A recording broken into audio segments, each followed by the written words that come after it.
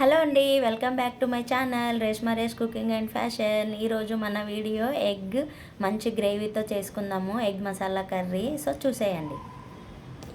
3 టమాటాలు, 3 ఉల్లిగడ్డలు, కొన్ని ధనియాలు తీసుకున్నాను, అలాగే కొద్దిగా పుదీనా తీసుకున్నాను, 2 పచ్చిమిర్చిలు తీసుకున్నాను. ఇక్కడ మసాలాలు చూసేయండి. ఇక్కడ నేను 4 ఎగ్స్తో చేస్తున్నాను. కావాలంటే ఎక్కువ ఎగ్స్తో కూడా చేసుకోవచ్చు. ఎగ్స్ ములిగేదాకా నీళ్ళు వేసుకోవాలి, మంచిగా ఉడకబెట్టుకోవాలి. అలాగే కొద్దిగా సాల్ట్ వేయాలి, దాంట్లో మంచిగా ఉడుకుతాయి.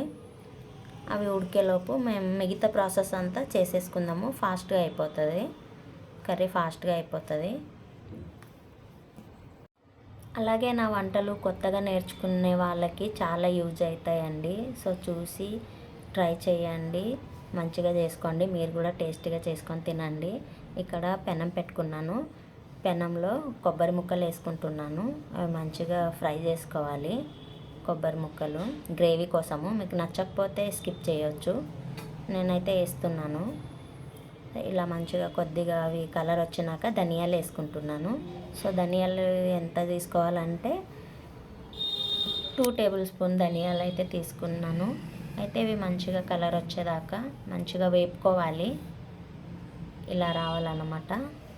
ఇలా మంచి కలర్లోకి రావాలి. అవన్నీ ఒక ప్లేట్లో వేసుకొని ఆరబెట్టుకోవాలి.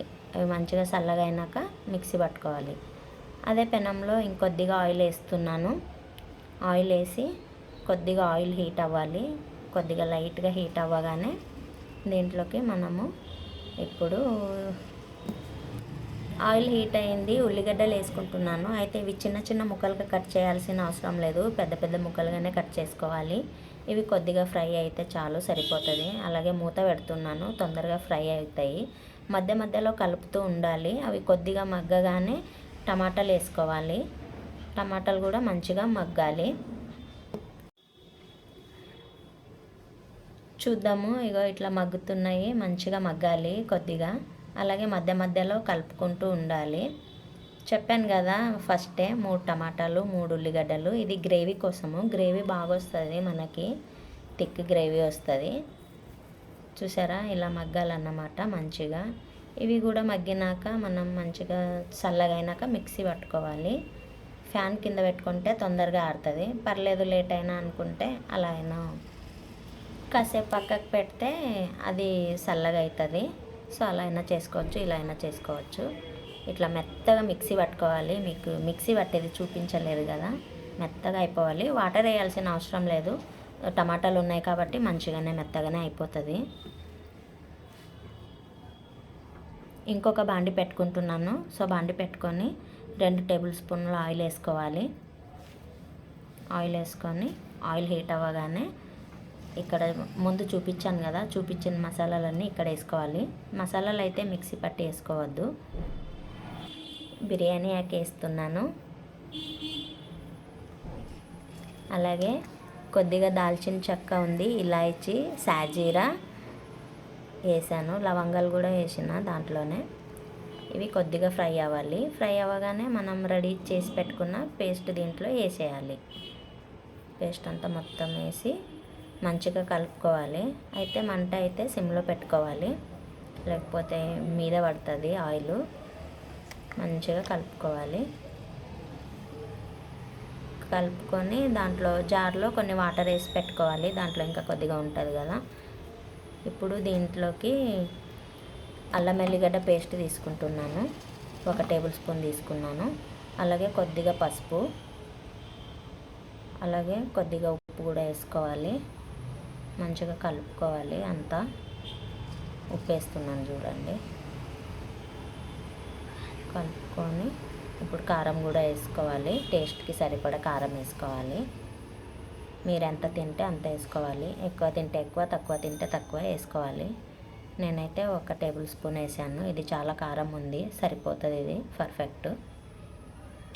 ఇలా మంచిగా అన్నీ కలుపుకోవాలి. అన్నీ వేసినాక మంచిగా కలుపుకోవాలి. పుదీనా కూడా వేస్తున్నాను.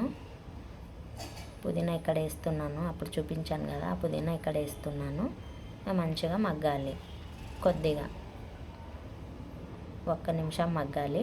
మగ్గగానే నీళ్ళు వేసుకోవాలి. మన గ్రేవీకి సరిపడా నీళ్ళు వేసుకోవాలి. వేసుకొని బాగా కలుపుకోవాలి. ఇంకొన్ని వాటర్ అవసరం అవుతాయి, ఇప్పుడు వేస్తాను చూడండి.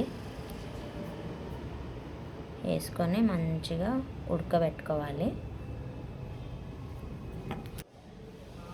ఇలా మంచిగా కలుపుకొని మూత పెట్టుకోవాలి. మూత పెట్టుకొని ఉడికించుకోవాలి. ఫాస్ట్గా ఉడుకుతుంది. అది ఉడికేలోపు ఎగ్స్ అన్నీ పీల్ తీసి పెట్టుకోవాలి. ఇలా నేనైతే కట్ చేసి వేసుకుంటున్నాను. కావాలంటే మీరు ఘాటులు కూడా పెట్టేసుకోవచ్చు. అలానే కొద్దిగా ఘాటులు పెట్టేసుకోవచ్చు. నేనైతే కట్ చేసి వేసుకుంటున్నాను. గ్రేవీ మంచిగా వస్తుంది. కొద్దిగా ఆ ఎల్లో వల్ల టేస్ట్ బాగుంటుంది ఆ గ్రేవీలో కలిస్తే. చూడండి వేసేస్తున్నాను. అన్నీ వేసుకున్న తర్వాత మంచిగా కలుపుకోవాలి. మెల్లగా కలుపుకొని మూత పెట్టి ఉడికించుకోవాలి.